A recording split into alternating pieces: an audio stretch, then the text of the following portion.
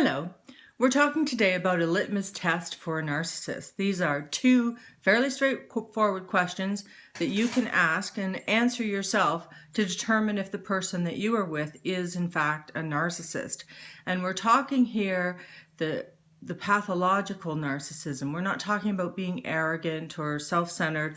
We're talking about the lack of empathy, that key definition that separates those that are just full of themselves from those narcissists that can actually create havoc in your life. This test will not work for people that you only know at a distance because it is specifically designed to talk about the people who are in your life directly, who are supposed to have a mutually supportive and loving relationship. So the first question is, do you ever get what you want? Now there's two caveats here. In a narcissistic relationship, it becomes a pattern that when the narcissist pushes too far or is upset too long, the significant other, the other person, whether that's a child or a sibling or a significant other, will eventually get upset and either leave the relationship or threaten to leave the relationship. In that instance, the narcissist will do everything to make sure that the person doesn't leave. And this includes things like love bombing.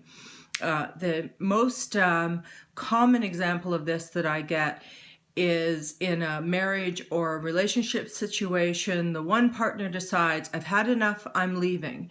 And then the narcissist steps up and says, okay, I will go to counseling with you.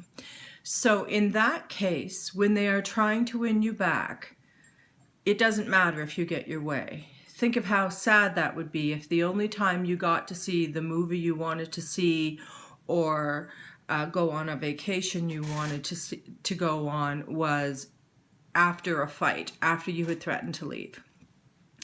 So we're talking about, do you ever get what you want in those situations where there's no possibility for compromise? So if we spend our money on this, we won't have enough money for that. Or if we go here this weekend, we can't go there. If we buy this vehicle, we can't buy that vehicle. So it's got to be a clear decision where only one of you can get what you want because the other one can't get it. There's no opportunity for some kind of middle ground here. The other caveat in this is they are very good at manipulating you. So let's say you want to go hiking through the mountains and they want to go on a tropical vacation.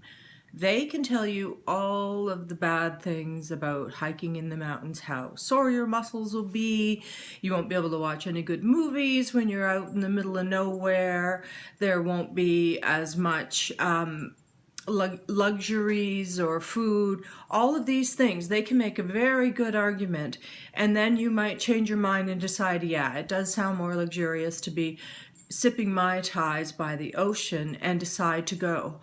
But be clear what you wanted to do. If you weren't compromising with your partner or being convinced that your idea was wrong, you did not get to do. So in this case, you did not get to go hiking in the mountains, which was your first choice.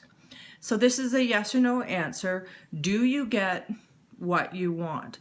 If you are thinking, well, some of the times I get what you want, you're already off the list. So the person you're dealing with is not a pathological narcissist.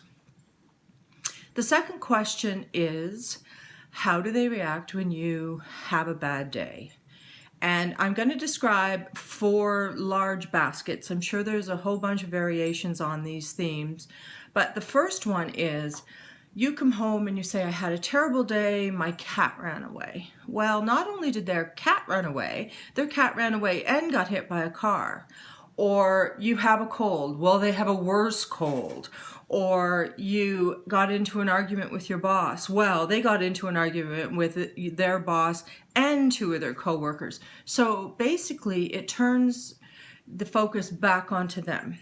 They are not supportive of you because they've had a worse day.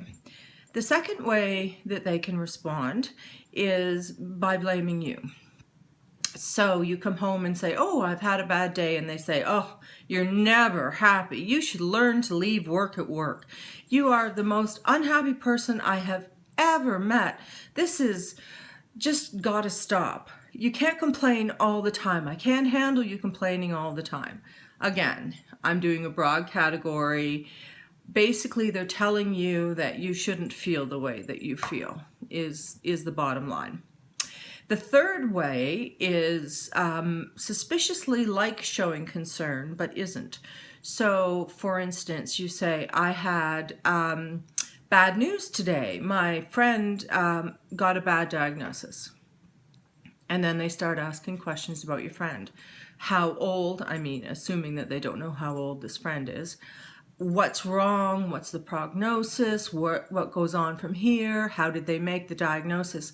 Now, this interest validates you somewhat because they are showing interest in you. But what they're missing in all of this is you've come home and you're upset. To now be struggling with answering a whole bunch of questions about the details is distasteful, and it doesn't show you any compassion. And you need to understand as well that since narcissists love drama, having all this detail so that they can tell this story to their friends and regale them with how awful it is for your friend is part of who they are. So they're actually gathering the data for their own use.